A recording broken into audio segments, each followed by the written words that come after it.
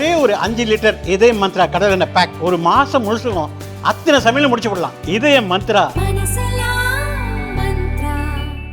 உங்கள் அத்தனை இவர்களுக்கும் என்னுடைய நன்றியும் வணக்கத்தையும் இந்த நல்ல நேரத்தில் தெரிவித்துக் கொள்ள கடமைப்பட்டிருக்கிறேன்.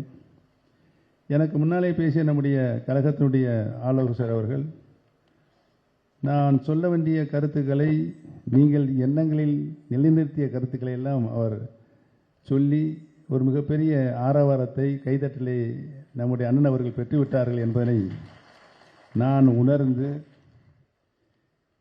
இதுவரையில் நாம் இந்த சட்ட போராட்டம், இந்த தர்ம யுத்தம் எதற்காக நாம் கையில் எடுத்து நடத்தி கொண்டிருக்கின்றோம் என்பதனை எல்லாம் நீங்கள் மனதிலே நிறுத்தி கடமை உணர்வோடு உள்ளார்ந்த அன்போடு புரட்சித் தலைவர் எம்ஜிஆர் அவர்கள் இந்த இயக்கத்தை உருவாக்கிய போது எந்த நோக்கத்திற்காக இந்த இயக்கத்தை உருவாக்கினார்கள் என்பதையெல்லாம் உங்களுக்கு நன்றாக தெரியும். ஏழை எளிய மக்கள் மீது அவர்கள் அத்துணை நிலைகளிலும் மேல்தட்டு மக்களுக்கு இணையாக கீழ்த்தட்டு மக்களும் தங்களுடைய வாழ்க்கையின் நிலையினை உயர்த்தி கொள்ள வேண்டும் என்ற நல்ல எண்ணத்தோடு புரட்சித் தலைவர் எம்ஜிஆர் அவர்கள் இந்த இயக்கத்தை உருவாக்கி கழகத்தினுடைய பொதுச் செயலராகவும் பணியாற்றி அவர் மறைவுக்கு பின்னால் இதயம் டாக்டர் புரட்சித் தலைவி அம்மா அவர்கள் 30 ஆண்டு காலம் கழகத்தினுடைய பொதுச் செயலராக பணியாற்றி இந்த இயக்கத்திற்கு வந்த வேதனைகள், சோதனைகள், இந்த இயக்கத்தை அழித்து விட வேண்டும் என்று கங்கணம் கட்டிக்கொண்டு நம்மையெல்லாம் பல நிலைகளிலையும் தொல்லைகளையும் துயரங்களையும் கொடுத்தது உங்களுக்கு அனைவருக்கும் தெரியும். இதையெல்லாம் மாண்புமிகு அம்மா அவர்கள் தாயாக நின்று கழகத்தை கட்டி காப்பதோடு கிட்டத்தட்ட மாநிலத்தில் அதிக நாள் முதலமைச்சராக இருந்த நிலையையும் அவர்கள் உருவாக்கி இந்தியாவிலே தலைசிறந்த முதலமைச்சர் என்ற நிலையையும் உருவாக்கி கழகத்தை உருவாக்குகின்ற போது புரட்சித் தலைவர் அவர்கள் கொண்டு வந்த கழக சட்ட விதியை அப்படியே மதித்து அந்த சட்ட விதியின்படியே கழகத்தினையும் நடத்தி ஒரு வரலாற்று சாதனையை படைத்து நம்மளுக்கு ஒரு நல்ல வழியை காட்டி சென்றிருக்கிறார்கள். ஆக புரட்சித் தலைவர் எம்ஜிஆர் அவர்கள், புரட்சித் தலைவி மாண்புமிகு அம்மா அவர்கள் காட்டிய வழியில்தான் நாம் நம்முடைய உயிர் மூச்சு இருக்கின்றவுடன் பயணிப்போம் என்பதனை நான் இந்த கூட்டத்தின் வாயிலாக தெரிவித்துக் கொள்ள கடமைப்பட்டிருக்கிறேன்.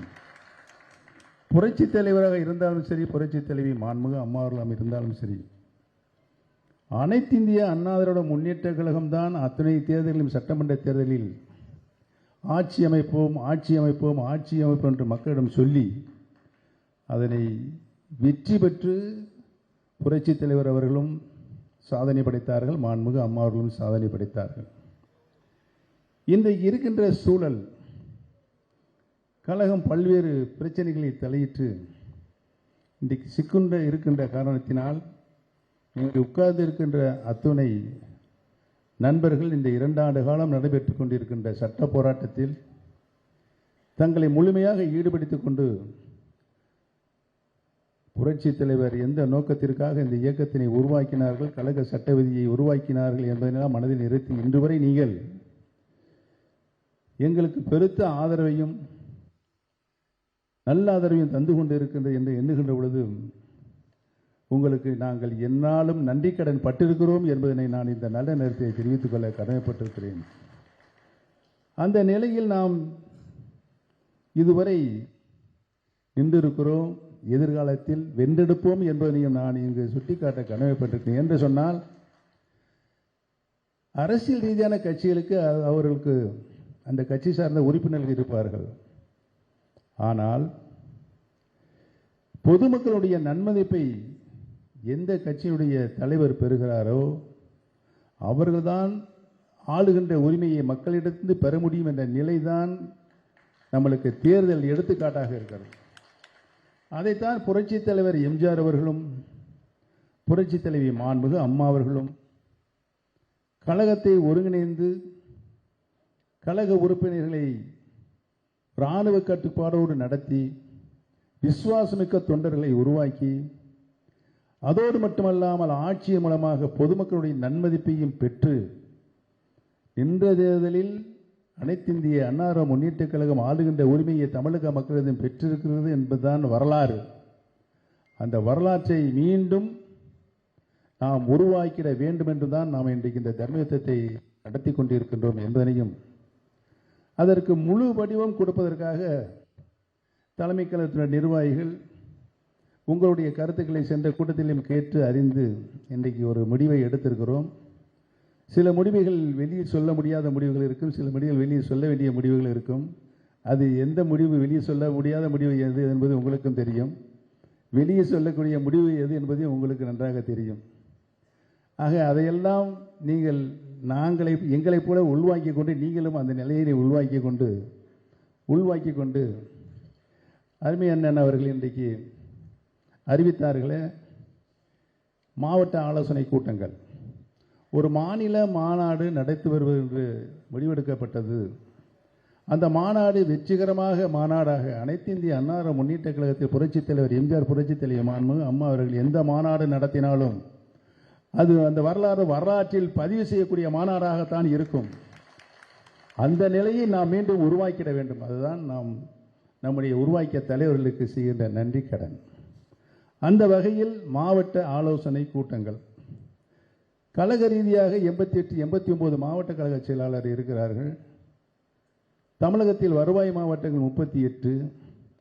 அந்த 38இல் ஒவ்வொரு வருவாய் மாவட்டங்களில் 3 4 5 6 மாவட்டங்கள் கூட இருக்கிறது, கழக மாவட்டங்கள். ஆக ஒவ்வொரு வருவாய் மாவட்டத்துக்களும் நம்முடைய தலைமை கழக நிர்வாகிகள், கழக இணை ஒருங்கிணைப்பாளர் அருமை சகோதரர் வைத்திலிங்கம் அவர் தலைவர் ஒரு குழு சென்று கழக செயல் வீரர்கள் கூட்டங்களை நடத்தி எதிர்காலத்தில் நம்முடைய திட்டங்கள் என்ன, நீங்கள் எவ்வாறெல்லாம் செயல்பட வேண்டும் என்ற நல்ல ஆலோசனைகளை வழங்க இருக்கிறார்கள். இந்த கூட்டங்கள்லாம் நிறைவாக செய்து முடித்தவன் மதுரை. நம்மளுக்கு எப்பவுமே ஒரு ராசியான இடம். மாண்புமிகு அம்மா அவர்கள் 2011 சட்டமன்ற தேர்தலை எதிர்நோக்கி இருக்கின்ற நேரத்தில் எங்களிடம்தான் மாண்புமிகு அம்மா அவர்கள் தமிழ்நாட்டில் எந்தெந்த மாவட்டங்களில் மண்டல வாரியாக கூட்டங்கள் நடத்தலாம் என்று சொன்ன பொழுது கோயம்புத்தூர், திருச்சி, மதுரை நடத்தலாம் என்று மாண்புமிகு அம்மா அவர்கள் சொன்னபோது ஒவ்வொரு கூட்டமும் முதல் நடத்திய கூட்டங்களுக்கு மிகையாக அந்த கூட்டங்கள் வெற்றிகரமாக நடத்த வேண்டும் என்று மாண்புமிகு அம்மா அவர்களுக்கு ஆணையிட்டதன் அடிப்படையில் முதலாவதாக கொங்கு மண்டலத்தில் கோயம்புத்தூரில் நடத்தப்பட்டது. அடுத்து திருச்சி மண்டலத்தில் நடத்தப்பட்டது. அடுத்து மதுரை மண்டலத்தில் நடத்தப்பட்டது. அந்த முடிவுக்கு பிறகுதான் 2014 மீண்டும் மாண்புமிகு இதயம் டாக்டர் புரட்சித் தலைவி அம்மா அவர்கள் மக்களுடைய ஆதரவை பெற்று மீண்டும் ஆளுகின்ற பொறுப்பை ஏற்று தொடர்ந்து 2016 ஆண்ட கட்சி மீண்டும் ஆளுகின்ற உரிமையை 32 ஆண்டுகளுக்கு பின்னால் பெற்ற ஒரே தலைவராக, ஒரே முதலமைச்சராக புரட்சித் தலைவி மாண்புமிகு அம்மா அவர்கள் வந்தார்கள் என்று சொன்னால் அதற்கு மதுரையில் நடைபெற்ற அந்த மாநாடு தான் அச்சாரமாக அஸ்திவாரமாக அமைந்தது என்பதை நான் இங்கு பணிவோடு தெரிவித்துக் கொள்ள கடமைப்பட்டிருக்கிறேன். ஆக முதல் கூட்டம் காஞ்சிபுரம், பேரறிஞர் அண்ணா அவர்கள் பிறந்த புண்ணிய பூமி. இன்றைய இந்த திராவிட இயக்கம் அதனுடைய பரிணாம வளர்ச்சி இன்றைக்கும் வரலாற்றில் பல முத்திரைகளை பதிப்பதற்கு அவர்தான் மிகப்பெரிய காரணகர்த்தாவாக இருக்கிறார் என்பதனை நான் இன்றைக்கு பணிவோடு தெரிவித்துக் கொள்ள கடமைப்பட்டிருக்கிறேன்.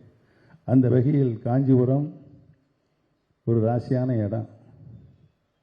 2016 நாடாளுமன்ற தேர்தலில் 39 இடங்களில் போட்டியிட்டு 38 இடங்களில் வென்ற அந்த நாடாளுமன்றத்தில் முதல் கூட்டத்தை மாண்புமிகு அம்மா அவர்கள் காஞ்சிபுரத்தில் முதல் கூட்டத்தை நடத்துங்கள் என்று எங்களுக்கு ஆணையிட்டு அந்த கூட்டத்தை அங்கு நடத்தி தொடர்ந்து மாண்புமிகு அம்மா அவர்கள் தமிழ்நாடு முழுவதும் ஒவ்வொரு நாடாளுமன்ற தொகுதி வாரியாக நடத்தினார்கள். நம்முடைய கழகம் மிகப்பெரிய வெற்றியை பெற்றது. அதனுடைய நீட்சியாகத்தான் இன்றைக்கு காஞ்சிபுரத்தில் தொடங்கி அனைத்து வருவாய் மாவட்டங்கள் கூட்டம் நடைபெற்று முடிந்த பின்பு மதுரையில் 4/9/2025 வியாழக்கிழமை ஒரு மிகப்பெரிய மாநில மாநாடு நடத்தப்படும். அந்த மாநில மாநாட்டில் நம்முடைய அனைத்து நிலையிலும் இன்றைக்கு நீங்கள் எதிர்பார்த்திருக்கின்ற அந்த முடிவு, எதிர்காலத்தில் நாம் என்ன முடிவுகளை எடுக்கப் போகிறோம் என்ற முடிவு, அத்தனை கொள்கை விளக்கங்களும் உங்களுடைய பெருத்த ஆதரவோடு அங்கு நிறைவேற்றப்படும் என்பதை மட்டும் இந்த நல்ல நேரத்திலே தெரிவித்து, எந்த சூழ்நிலையிலும் எவ்வளவோ இந்த 2 ஆண்டு காலம் பல சூழ்நிலை வந்தது, நமக்கு எவ்வளவோ பின்னடைவை நம்மளுக்கு பின்னுக்கு தள்ளி கொண்டு நீர்த்து போகச் செய்ய வேண்டும் என்ற உணர்வோடு பல நிலைகளில் நம்மளுக்கு தொல்லைகள் துயரங்கள் கொடுத்தாலும் நாங்கள் எங்களுக்கும் ஒரு தனித்தன்மை இருக்கிறது. நாங்கள் எங்களுடைய திறமையை சக்தியை வெளிக்காட்டுவோம் என்று ராமநாதபுரம் நாடாளுமன்ற தேர்தலில் போட்டியிட்டு சுயேட்சை சின்னம் கொடி இல்லை விராதமணி அங்கே போகிறோம். அங்கே போய் மக்களை மட்டும் சந்திக்கின்றோம். அங்கே இருக்கின்ற கழகத்தினுடைய 6 சட்டமன்ற கழகத்தினுடைய நிர்வாகிகள், நம்முடைய கழக பல்வேறு மாவட்டங்களிலிருந்து வருகை புரிந்த நிர்வாகிகள் அனைவரும் ஒருங்கிணைந்து பணியாற்றியதன் காரணமாக இந்த ராமநாதபுரம் எப்படிப்பட்ட தொகுதி என்பது உங்களுக்கு நன்றாக தெரியும். அந்த தொகுதியில் பதிவான வாக்குகள் 10 லட்சம் ஓட்டு.